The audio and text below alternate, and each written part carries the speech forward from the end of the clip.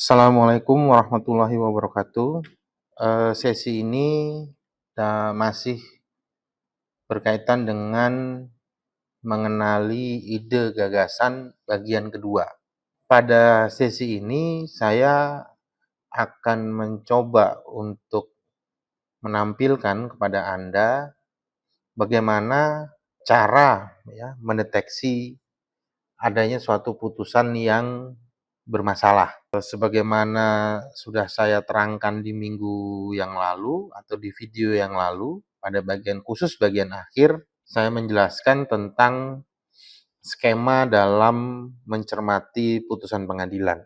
Nah, hari ini saya akan tampilkan suatu putusan pengadilan yang menurut saya ada masalah dalam putusan tersebut.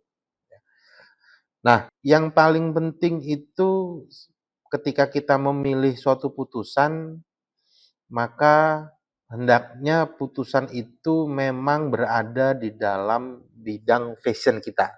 Kalau yang pidana tentunya nanti harus lebih spesifik lagi tentang bagian dari hukum pidana yang mana yang akan kita cermati dalam putusan tersebut. Memang tidak bisa dipungkiri bahwa ketika saya mengatakan bahwa putusan ini bermasalah, maka sebenarnya saya sudah tahu lebih dahulu, sudah tahu lebih dahulu putusan ini bermasalah. Ada persoalan dalam putusan ini. Nah, yang ingin saya sampaikan adalah bagaimana kita mencermati persoalan-persoalan yang ada dalam suatu putusan pengadilan. Prinsip dasarnya adalah jangan pernah percaya atau langsung menyetujui terhadap vonis yang sudah dijatuhkan oleh hakim. Kalau kita pakai paradigma rasionalisme atau empirisme misalnya, Descartes itu memberikan satu guidance ya untuk kita dalam meneliti suatu persoalan bahwa kita harus meragukan segala hal yang tampak di hadapan kita. Nah, hari ini saya mencoba untuk sharing pengetahuan mengenai bagaimana kita bisa mencari adanya persoalan di dalam satu putusan pengadilan yang didasarkan kepada konsep-konsep yang sudah saya miliki, konsep-konsep yang sudah atau teori-teori yang sudah saya pahami, yang sudah saya yakini, sehingga ketika saya membaca satu putusan, maka saya sudah membuat suatu hipotesis ya, ataupun asumsi bahwa putusan tersebut tidak berkesesuaian dengan teori ataupun konsep. Putusan yang akan saya tampilkan adalah putusan dalam bidang tindak pidana korupsi. Oke, nah ini adalah putusan dari peradilan tingkat kasasi ya, dari peradilan tingkat kasasi terkait dengan tindak pidana korupsi. Nah, umumnya kalau sudah berbicara tentang korupsi, ya, para peneliti pemula, khususnya untuk teman-teman yang sedang menulis skripsi, ya, mungkin kalau tesis sudah beda lagi pola pikirnya, tapi yang untuk menulis skripsi, ketika berbicara korupsi, maka banyak sekali yang langsung terjebak ke dalam vonis. Ya. Jadi kita lihat misalnya dalam vonis dari suatu putusan seringkali peneliti pemula itu langsung mengamini ya atau menyetujui bahwa oh ya ini koruptor memang harus dihukum gitu ya. Jadi sudah benar nih karena korupsi memang pelaku korupsi harus dihukum. Nah, tapi lagi-lagi saya ingin sampaikan bahwa teks yang terpampang di hadapan Anda ini, kalau Anda ingin menjadi seorang peneliti, maka konsep yang harus dikedepankan adalah Anda meragukan bahwa putusan ini adalah putusan yang benar. Kenapa saya katakan demikian? Supaya pengetahuan yang Anda miliki, konsep yang sudah Anda miliki tentang tindak pidana korupsi, tentang hukum acara dari suatu peradilan, Ya, jadi kalau bicara hukum itu bukan cuma material ya. Saya seringkali mengatakan ketika kita bicara hukum, maka dia sebenarnya holistik sifatnya. Material dan formilnya juga harus dibahas. Ya. Jangan cuma mengatakan, oh saya khusus material, saya khusus formil. Enggak. Kalau mungkin hanya material akan terjebak di sini. Ya korupsi memang harus dipidana gitu ya. Tapi caranya dia melakukan pemidanaan, caranya hakim dalam melakukan proses persidangan yang pada akhirnya berhubungan dengan hukum formilnya, itu menjadi penting untuk dikaji apakah memang benar bahwa orang ini patut dijatuhkan vonis pidana. Ya.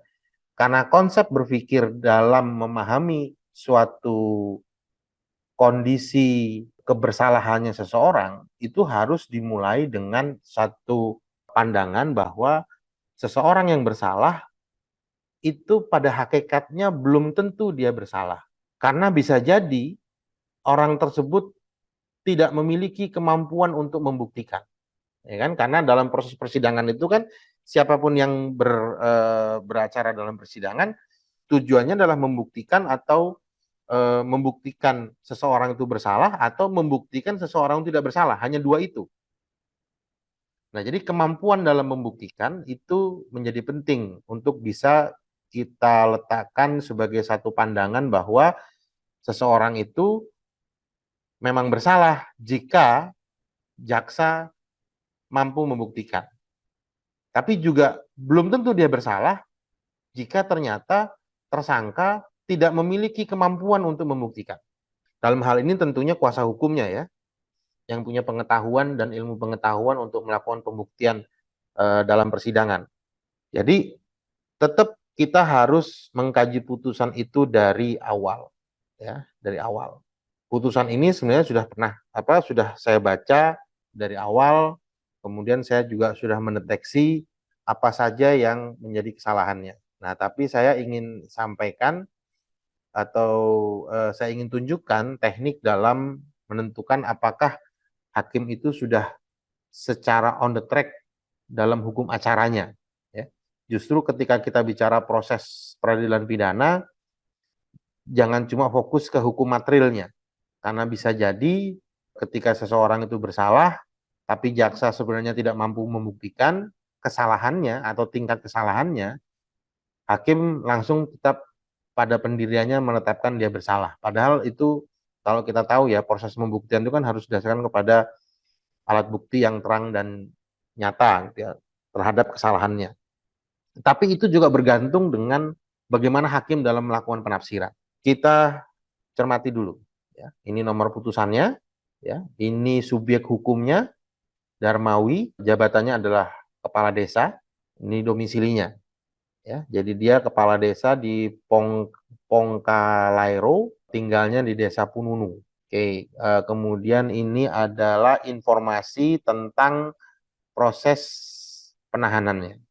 Nah, ini adalah informasi mengenai dakwaan. Kita lihat model dakwaannya. Dakwaan primer menggunakan pasal 2 ayat 1 Jungto pasal 18 Undang-Undang Tipikor ya. Jungto pasal 65 ya, perbuatan berlanjut. Kemudian subsidiarnya pasal 3 gitu ya. Nah, sorry, ketika kita menyebut pasal 2 maka harusnya di kepala Anda sudah punya konsep yang jelas tentang pasal 2 itu unsurnya apa-apa saja. Ya. Demikian juga ketika kita membaca subsidiar pasal 3, ya, kita sudah tahu unsur dari pasal 3. Kita juga sudah harus tahu pasal 65 ini bunyinya apa. Ya, jadi jangan membaca dakwaan tapi kita nggak tahu pasal 3 itu apa ya, pasal 65 itu apa ya. Ketika kita mau meneliti maka konsep-konsep terhadap norma ini sudah clear. Ya, kalau Anda belum clear, Anda tidak bisa menjelaskan bahwa ada persoalan dalam putusan ini. Nah, lebih subsidiar lagi pasal 8 ya, kemudian juga dengan 65 ayat 1. Jadi di sini kita juga sudah harus tahu model dari dakwaan. Maka model dakwaannya adalah kumulatif. Nah, kalau kumulatif itu ada dampaknya ya. Kumulatif itu dampaknya apa? Ya, harus dibuktikan satu-satu dulu atau mana yang lebih dulu terbukti, yang lain diabaikan atau hakim milih. antara dakwaan pertama atau kedua, ya itu ada jenis-jenis dakwaan yang nanti Anda harus relate ke mata kuliah hukum acara pidana di sub pembahasan tentang dakwaan, ya. Jadi jangan hanya membaca amar putusan. Nah, ini adalah bagian tuntutan, ya, tuntutan pidana dari penuntut umum. Nah, kita lihat di sini tuntutannya minta untuk diputuskan dengan pasal 2, berarti yang primer, ya. Kemudian dia menuntut 8 tahun, ya. 8 tahun penjara dengan denda 400 juta. Kemudian juga menetapkan uang pengganti. Nah, ini barang bukti yang sudah disita. Yang sudah disita ini kita lihat dia mintanya apa terhadap barang bukti tersebut. Barang bukti, oke, cukup banyak nih barang buktinya. Ya, minta untuk dirampas, ya, untuk negara. Kemudian ini menyatakan terdakwa yang membayar biaya perkara. Karena ini putusan kasasi, maka pasti ada dimuat putusan tingkat pertama. Ya, kita lihat tingkat pertama, ya. Ternyata di tingkat pertama dinyatakan tidak terbukti secara sah dan meyakinkan. Berarti di tingkat pertama dia bebas. Karena dia bebas, ini hukum acara nih bermain. Karena dia bebas, maka jaksa hanya punya hak untuk melakukan kasasi, tidak melakukan banding. Ya, oke. Barang bukti dikembalikan ke terdakwa. Kemudian ada akta permohonan kasasi, ya. Akta permohonan kasasi yang diajukan oleh penuntut umum, ya. Jadi penuntut umum yang mengajukan kasasi. Ini untuk menggugurkan syarat formilnya. Jadi nanti menghitung kapan memori kasasi masuk dan kapan daluarsanya. Sehingga ketika lewat dari daluarsa, maka kasasi tersebut tidak dapat diperiksa. Terus kemudian menimbang bahwa putusan pengadilan pidana tanggal 2 Februari ini proses pengajuan kasasinya, jadi ini syarat formilnya, ya. Kita juga harus punya pengetahuan tentang jangka waktu pengajuan kasasi. Nanti bisa dilihat di video playlist sub hukum acara pidana, ada bagian tentang upaya hukum. Oke, kemudian ya, artinya secara formal diterima, artinya secara formil, secara hukum acaranya, jangka waktu pengajuannya masih bisa diajukan. Nah, ini sudah saya tandain, ya, sudah saya tandain beberapa kata atau beberapa kalimat yang menurut saya, ya, ada masalah, ya, menurut saya. Nanti pertanyaannya, oh berarti subjektif dong Pak, karena menurut Bapak gitu kan. Justru yang ingin mengenali adanya persoalan itu kan kita, ya. Jadi nggak mungkin persoalan itu muncul menurut si A, ya. Karena menurut si A itu persoalan, menurut saya belum tentu persoalan. Bagi saya ini adalah persoalan, ya, kalimat ini bagi saya. Nah, kenapa saya mengatakan ini bermasalah? Coba kita baca, ya.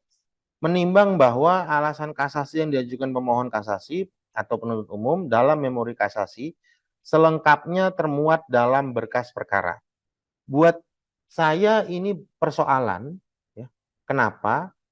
Karena kita tidak mengetahui, kita sebagai pembaca, ya, tidak mengetahui apa dasar argumentasi dan dalil yang diajukan oleh pemohon kasasi. Bagian mana dari ini kan kasasi untuk putusan tingkat pertama, ya. Bagian mana dari putusan tingkat pertama yang dipersoalkan oleh penuntut umum. Nah, sehingga kita harus mempersoalkan bahwa hakim ini atau majelis hakim ini seolah-olah dalil argumentasi dalil argumentasi pemohon kasasi itu jangan dibaca, jangan sampai terbaca oleh umum. Ya, ingat putusan itu bersifat umum sehingga orang bisa siapapun boleh melakukan analisis terhadap apa yang dimohonkan dalam kasasi. Tapi majelis hakim mengatakan memori kasasi selengkapnya termuat dalam berkas. Nah, cilakanya di dalam direktori Mahkamah Agung, berkas itu tidak pernah dilampirkan. Jadi waktu saya mendownload, itu yang ada hanya putusan. Ya, hanya putusan yang ada.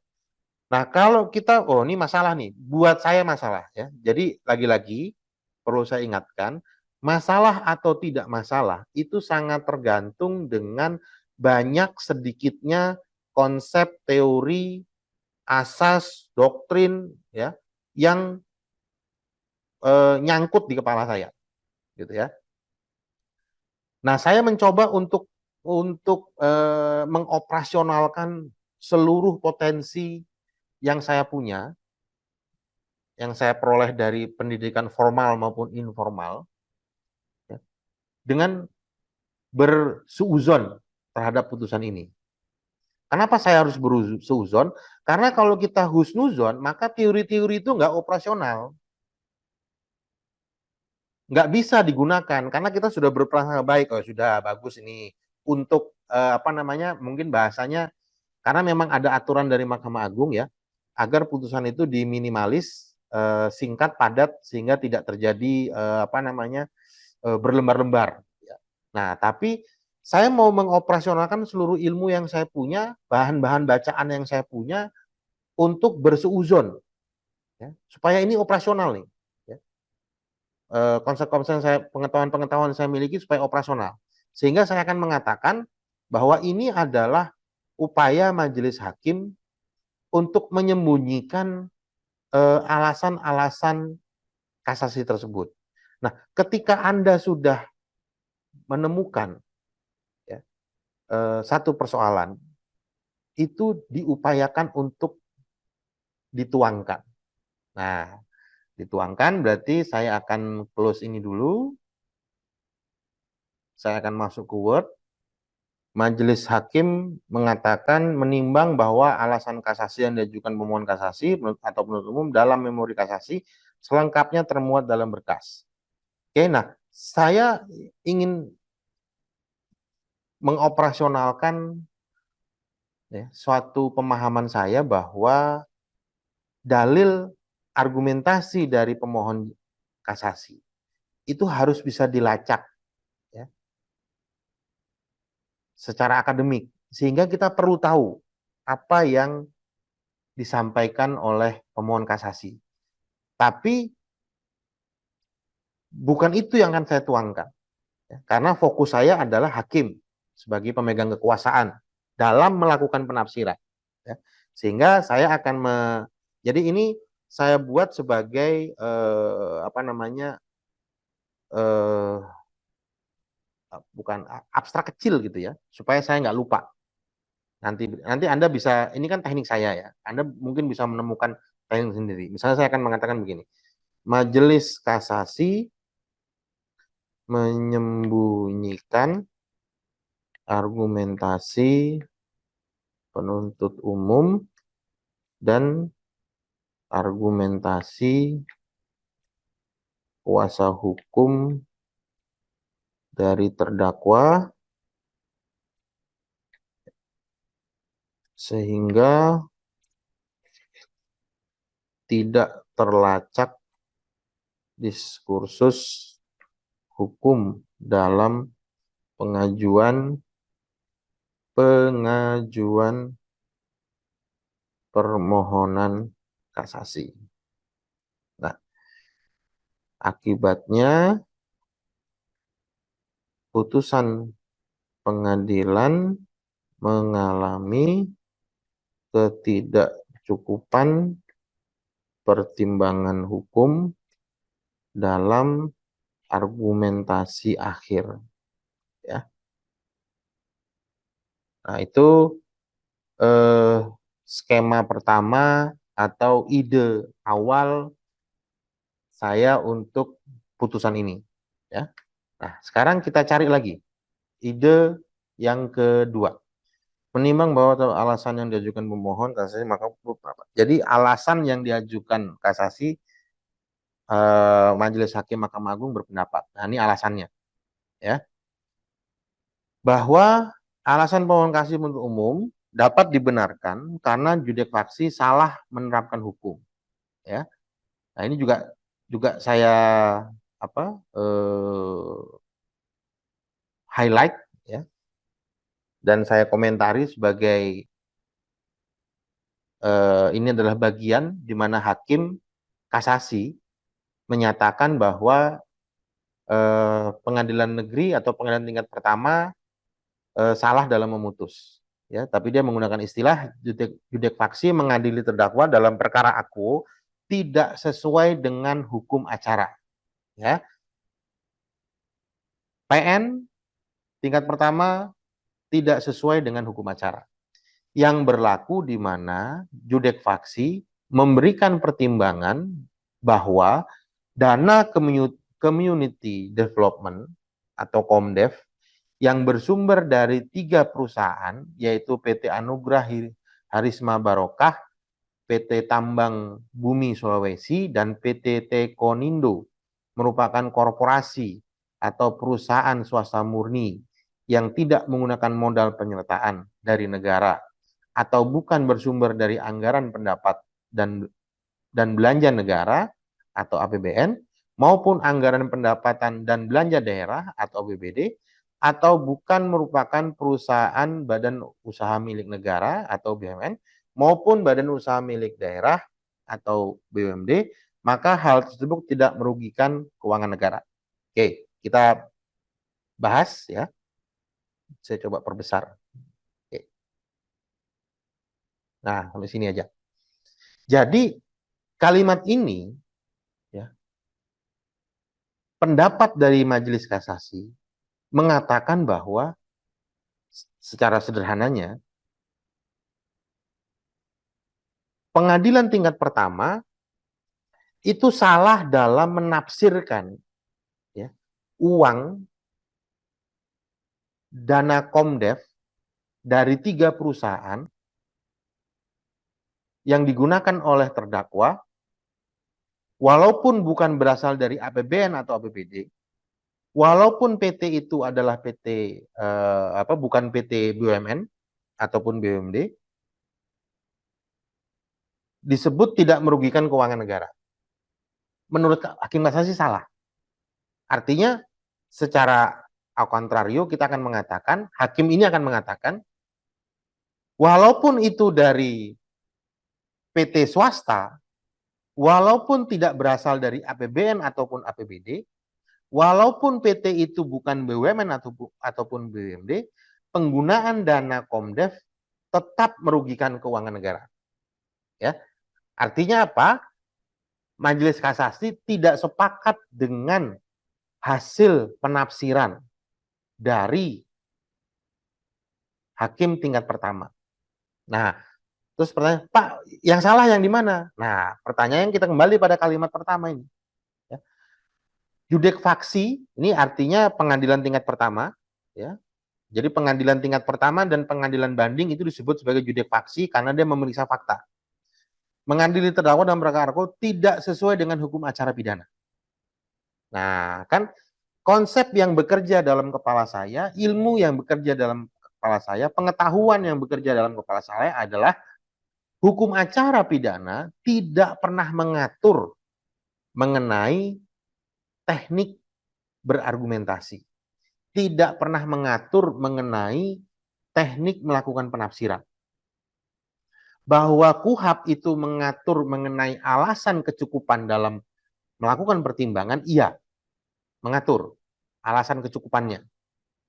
Tapi persoalan dari apakah hasil dari penafsiran tersebut yang didasarkan kepada dalil-dalil, teori-teori, norma-norma, dan fakta yang terbukti dalam persidangan itu adalah A ataupun harus B, itu tidak diatur dalam hukum acara pidana. Ya, saya kasih contoh misalnya,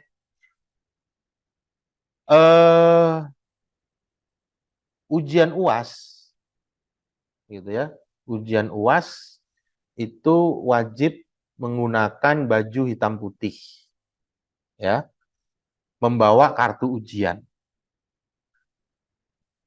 tanda tangan di berita acara, mengerjakan soal sesuai waktunya, SOP, hukum acara, ya.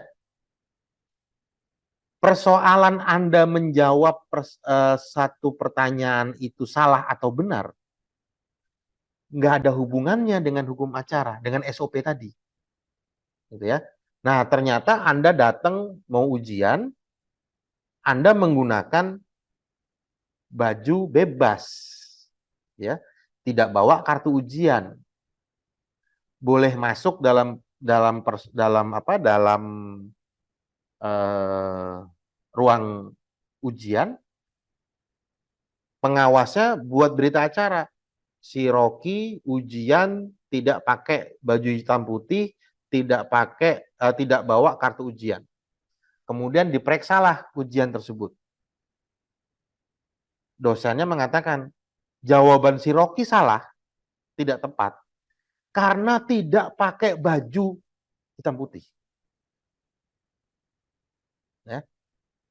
Jadi penafsiran terhadap jawaban itu menjadi seolah-olah menjadi bagian dari hukum acara, SOP tadi. Ya. Sedangkan SOP tadi itu tidak pernah memberikan larangan ataupun norma kalau menafsirkan sesuatu hasilnya harus ini, enggak. Itulah yang disebut sebagai independensi dan kemandirian hakim. Kebebasan dalam hakim menemukan dan menafsirkan hukum. Kebebasan dalam menafsirkan hukum, kebebasan dalam melakukan penafsiran, sepanjang terpenuhi asas pertimbangan hukum yang cukup, apapun hasilnya, maka dia tidak bisa disalahkan karena melanggar hukum acara. Dia hanya bisa disalahkan karena salah dalam menerapkan hukum. Ya. Nah, ini juga ada kontradiksi nih antara salah menerapkan hukum dengan tidak sesuai hukum acara pidana. Itu dua hal yang berbeda. Salah menerapkan hukum itu artinya dia salah dalam menafsirkan. Tidak sesuai dengan hukum acara pidana itu artinya dia melanggar SOP. Dua hal yang berbeda. Salah menerapkan hukum itu kaitannya dengan hukum pidana material, tidak sesuai dengan hukum acara pidana itu kaitannya dengan hukum formil. Nah, ini pendapat yang termuat di dalam argumentasi, salah satu argumentasi yang memunculkan amar putusan. Ya. Sehingga kita perlu melakukan highlight terhadap fenomena ini dalam bentuk abstrak kecil, ya, seperti tadi. Ya, misalnya saya akan buat seperti ini. Saya akan mengatakan misalnya ini bukan judul ya, ini hanya ruang lingkup saja yang nanti akan membantu saya untuk menentukan judul. Misalnya kewenangan dan kekuasaan hakim sebagai representasi dari asas independensi dan kemandirian hakim berdampak kepada pembentukan suatu pola penalaran hukum yang bersifat absolutisme.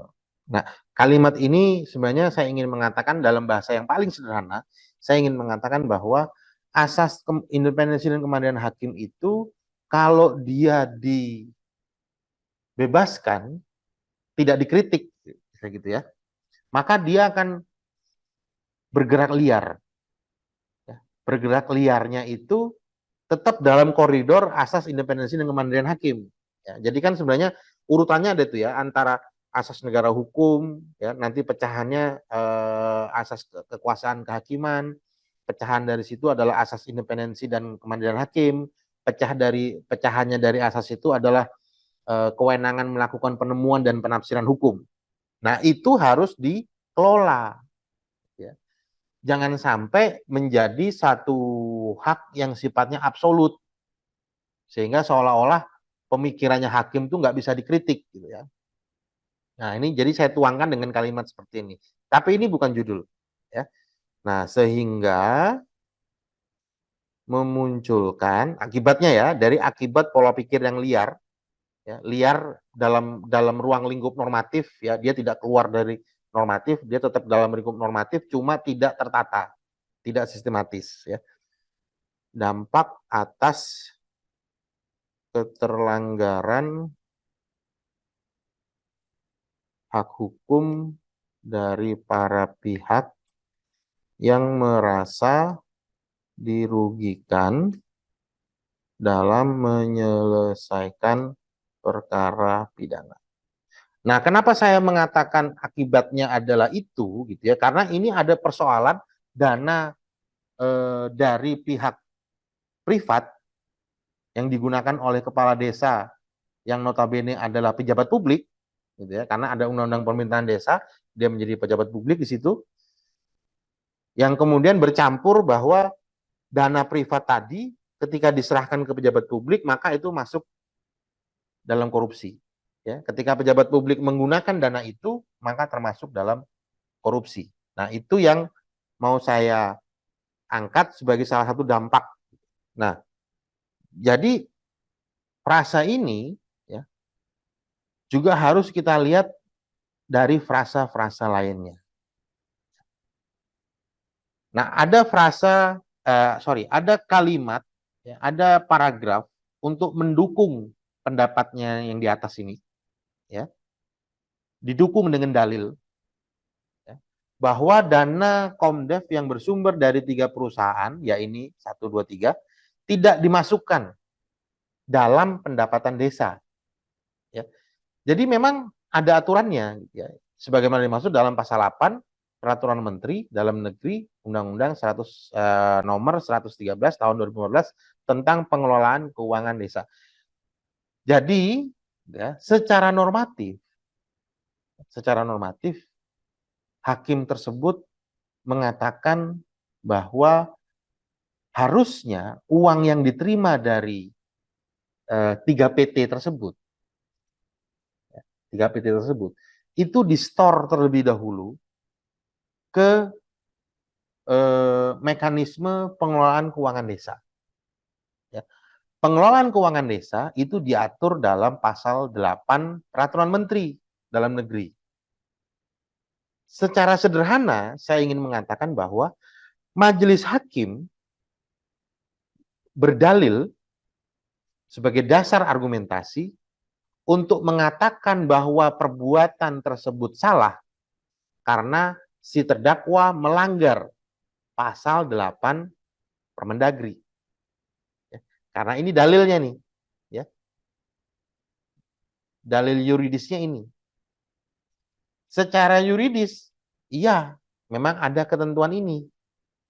Gitu ya. Pasal 8. Nah, tapi bagi saya lagi-lagi ya, ini dalil yang bermasalah. Dalil yang bermasalah yang seharusnya Peraturan Menteri Dalam Negeri tidak boleh dijadikan dasar untuk mengatakan seseorang itu melakukan tindak pidana korupsi. Ya. Nah, apa alasan saya? Oke, saya sampaikan alasannya. Saya akan tunjukkan undang-undangnya. Sebentar. Nah, kalau kita baca di dalam Undang-Undang 31 tahun 99, tentang pemberantasan tindak pidana korupsi, ya, maka terdapat pasal eh,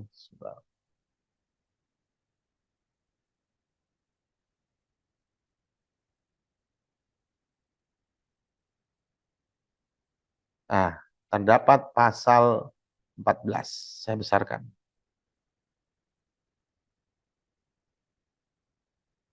Oke. Nah, pasal 14.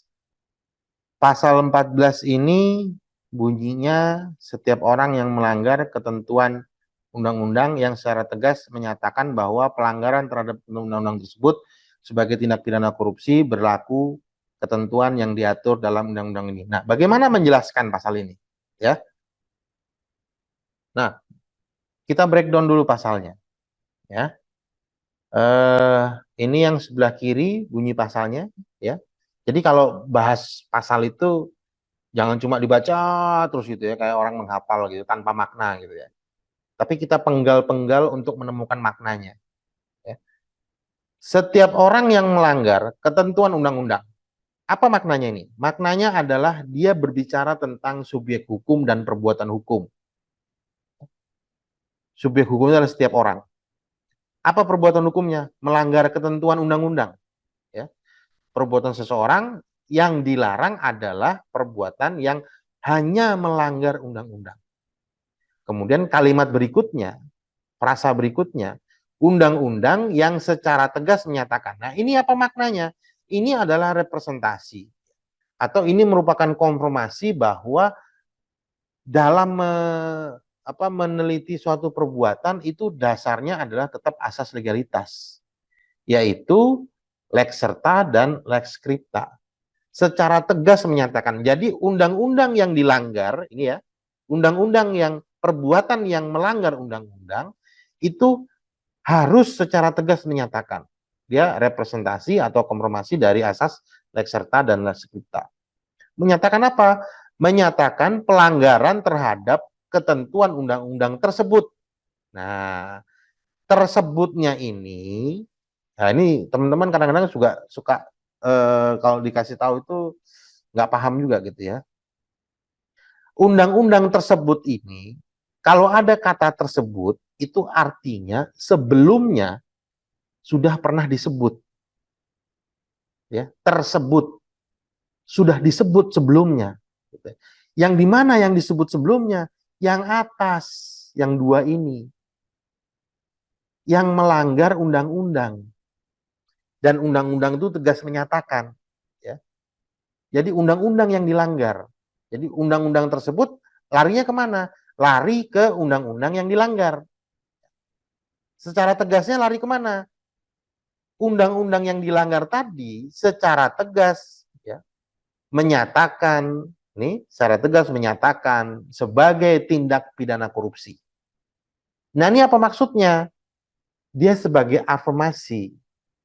Undang-undang yang dilanggar menyatakan perbuatan tersebut sebagai tindak pidana korupsi. Jadi kalau kita melanggar suatu perbuatan dalam suatu undang-undang tertentu, maka undang-undang tersebut harus menyatakan bahwa perbuatan yang melanggar tersebut merupakan perbuatan korupsi. Ya. Kalau dalam undang-undang tersebut disebutkan, ya, misalnya Rocky melanggar pasal 2 undang-undang tentang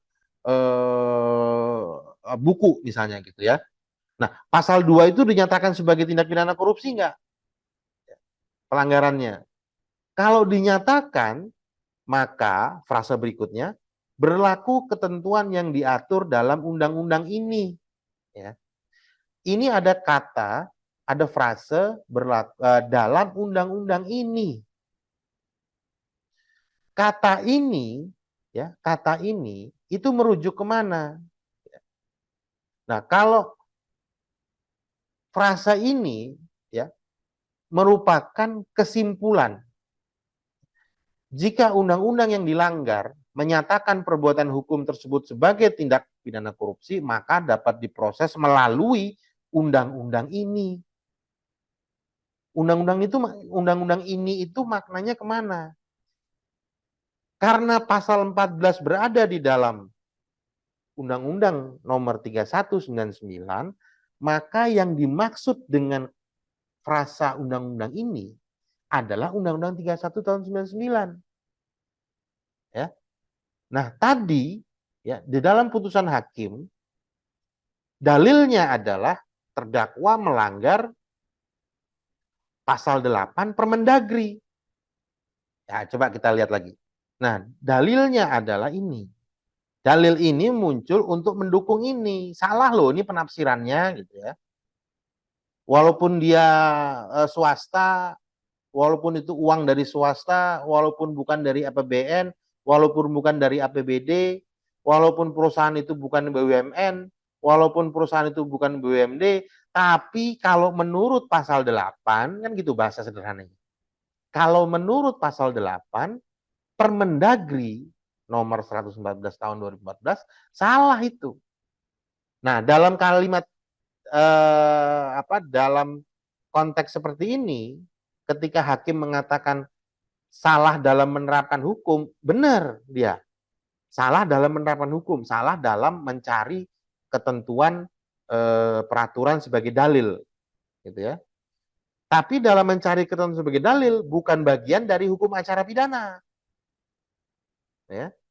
Dia bagian dari hukum pidana material. Saya nggak akan lagi menyinggung ke situ karena itu sudah jadi subtema yang lain. Nah, kalimat ini justru memunculkan ide bagi saya, ide atau gagasan bahwa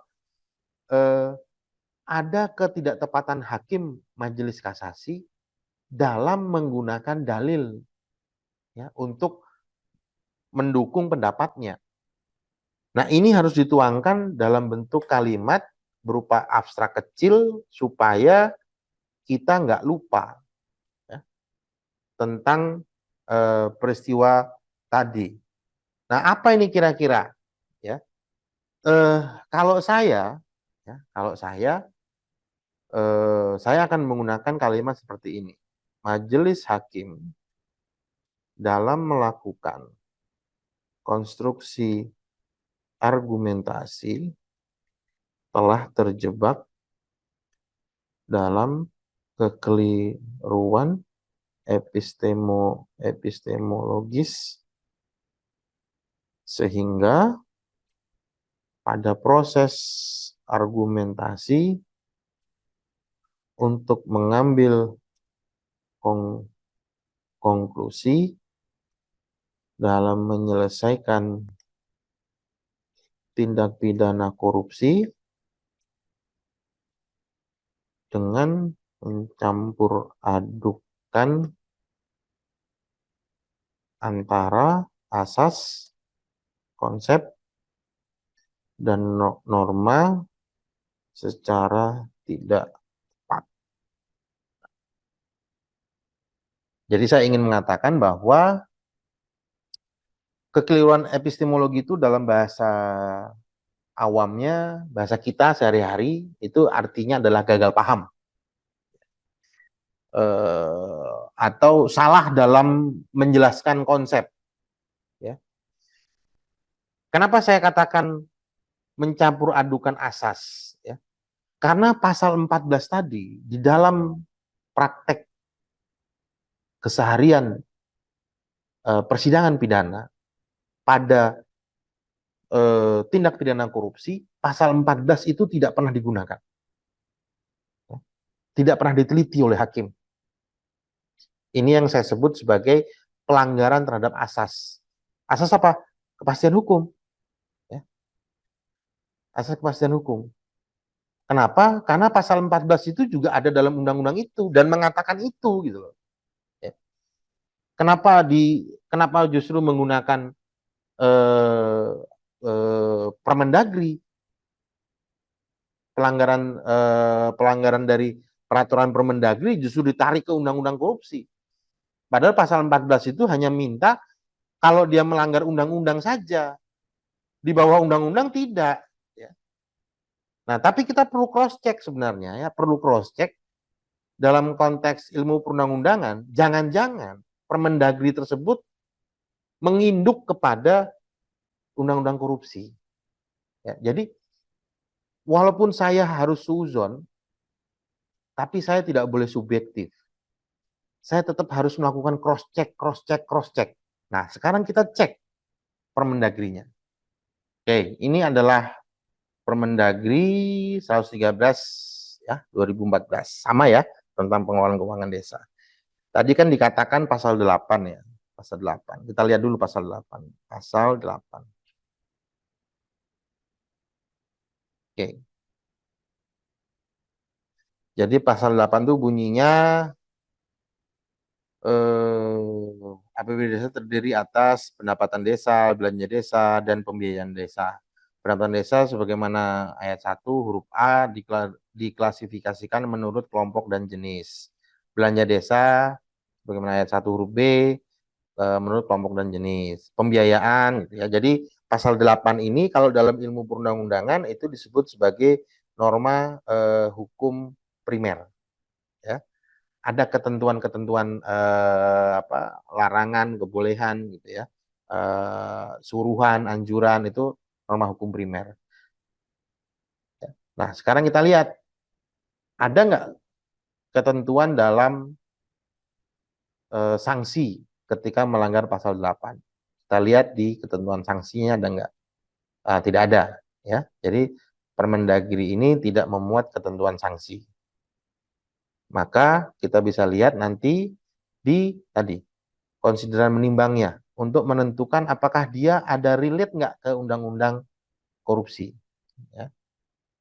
Kita lihat menimbangnya relate-nya ke undang-undang desa. Ya. Mengingatnya undang-undang desa ke PP, ya, pelaksanaan dari undang-undang desa, ke PP lagi, dana desa yang bersumber anggaran. Jadi tidak relate ke undang-undang keuangan negara, tidak relate ke undang-undang korupsi, tidak relate ke undang-undang manapun, hanya ke undang-undang desa. Ya, hanya ke undang-undang desa. Sehingga berlakulah tadi pasal 14. Si terdakwa tidak melanggar undang-undang, dia hanya melanggar Permendagri. Oke, nah sekarang kita buat kalau saya ingin buatnya judul umum dulu ya, yang bisa merangkum secara keseluruhan dari enam persoalan tadi. Judul itu harus diambil dari permasalahan yang muncul. Jadi ini ada 6 permasalahan yang saya ingin menjadikan ini satu judul semua untuk saya bahas secara tuntas ke semuanya.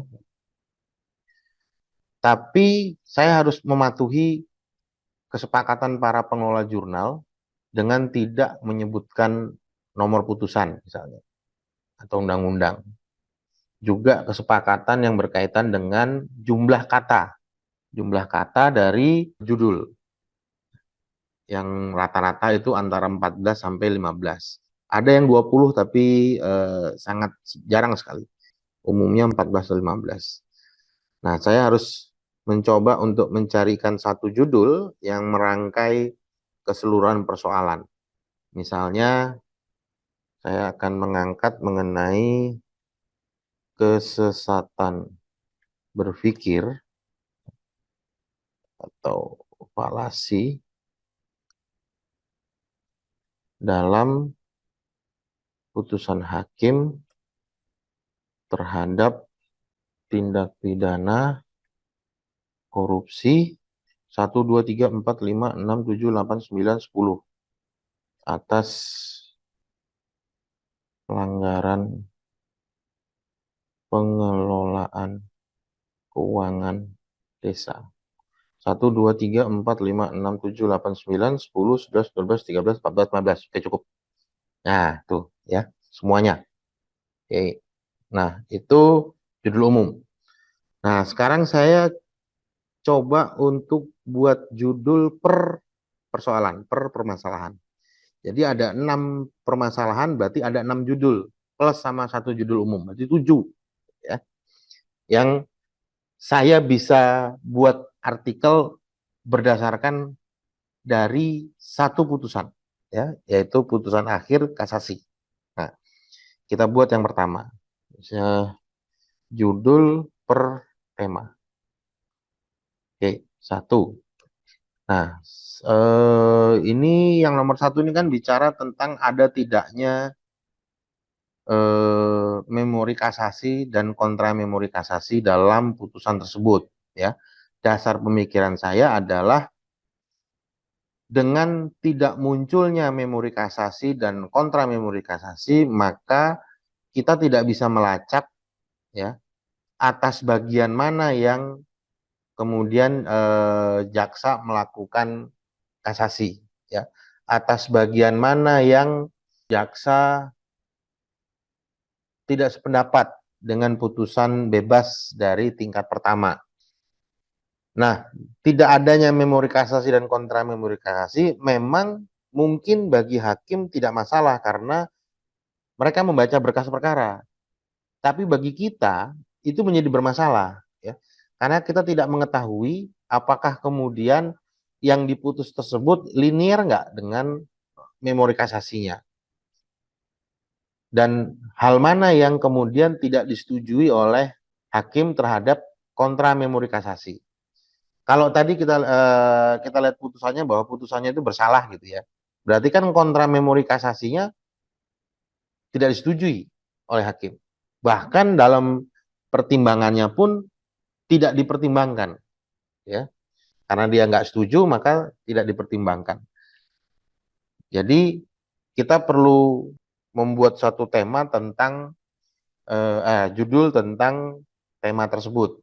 Ya. Maka kalau saya akan membuat satu judul eksistensi, sorry,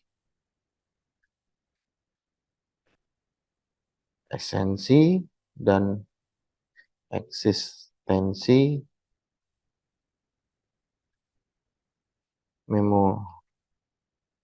memori kasasi kontra memori kasasi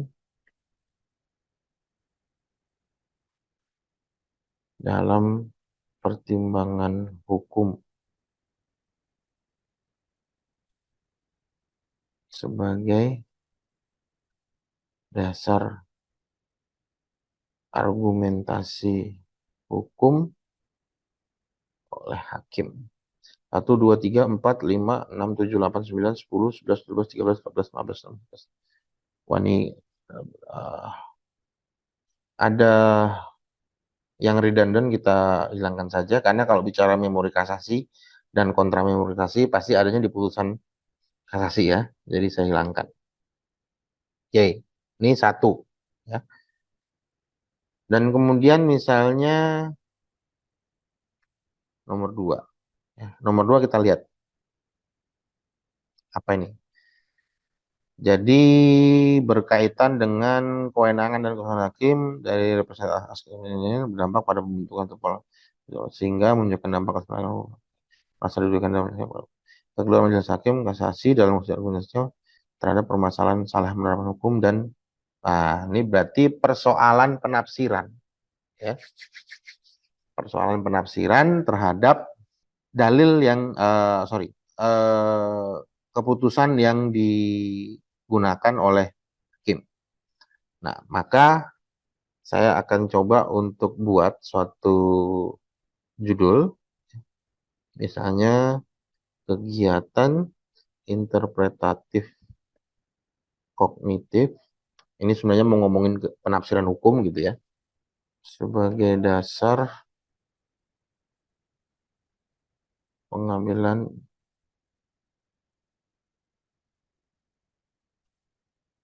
bukan putusan hakim dalam menafsirkan alasan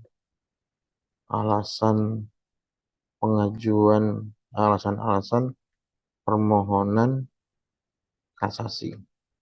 1, 2, 3, 4, 5, 6, 7, 8, 9, 10, 11, 12, 13, 14. Oke. Yang nomor 3. Nah, nomor 3 ini tentang pasal 14. Saya akan gunakan misalnya satu konsep, ya, kekeliruan epistemologis terhadap proses penegakan hukum atas tindak pidana korupsi dalam sistem keuangan, sistem pengelolaan keuangan desa. 1, 2, 3, 4, 5, 6, 7, 8, 9, 10, 11, 12, 13, 14, 15. Ini udah lebih nih sebenarnya. Jadi ini nggak mungkin di Sinta 2 nanti nih. Ya. Kalau lebih gini nggak mungkin Sinta 2. Atau saya coba untuk tindak proses penegakan hukum atas tindak pidana korupsi. Proses penegakan hukum. Nanti kita cari Sinta yang bisa agak panjang dikit. Kekeliruan epistemologis terhadap proses penegakan hukum pidana dalam sistem pengelolaan keuangan desa, ya, membongkar mitos modernitas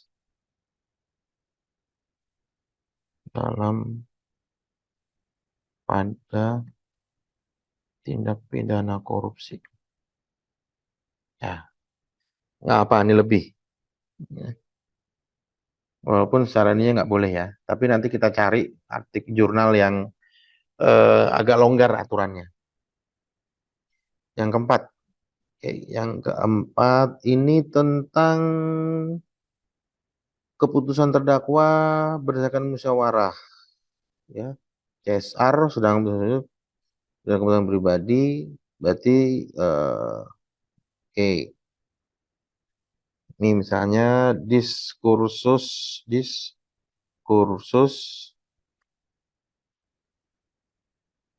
ajaran sifat melawan hukum terhadap hasil keputusan musyawarah musyawarah desa dalam penegakan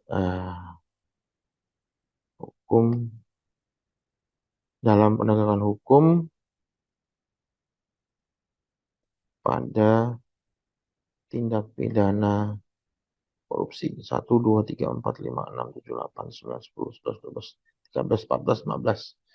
Dalam kita pikirkan ulang nanti. Yang penting masuk dulu nih ya. Judulnya. Yang kelima. Kelima ini tentang persoalannya ini tentang pengelolaan salah administrasi dalam pengelolaan. Ini memang mau nggak mau eh, berhubungan juga dengan pasal 14 nantinya, ya. Jadi kita lihat misalnya kesalahan pengelolaan keuangan desa sebagai salah. Nah, ganti yang agak lebih ini. Ya. Nah, ini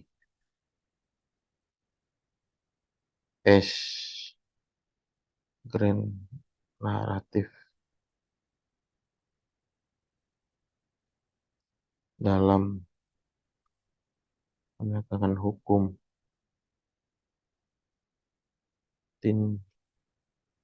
tindak pidana korupsi terhadap pelanggaran administrasi pengelolaan keuangan desa. Nah, 1, 2, 3, 4, 5, 6, 7, 8, 9, 10, 11, 12. Oke.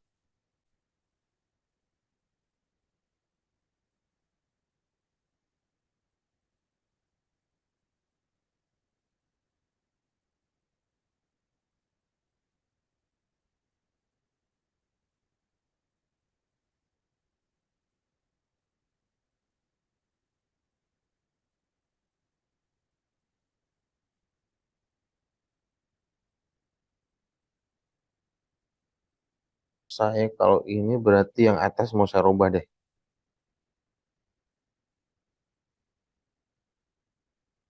Saya rubah menjadi misalnya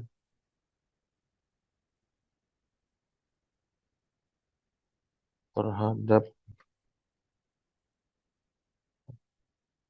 konsep corporate CSR Social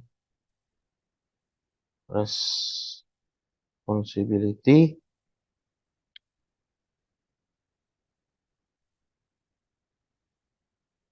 sebagai tindak pidana sebagai objek dalam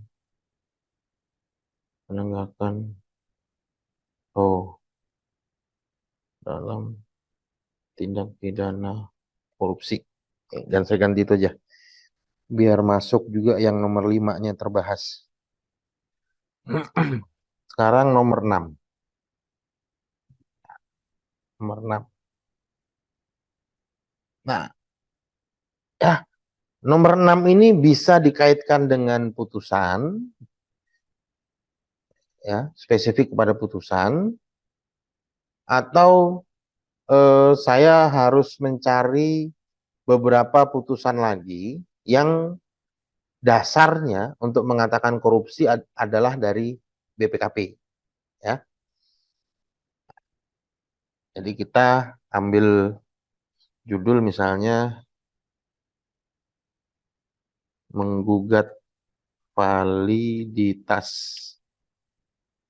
validitas kita pakai aja istilah ini otoritatif laporan hasil audit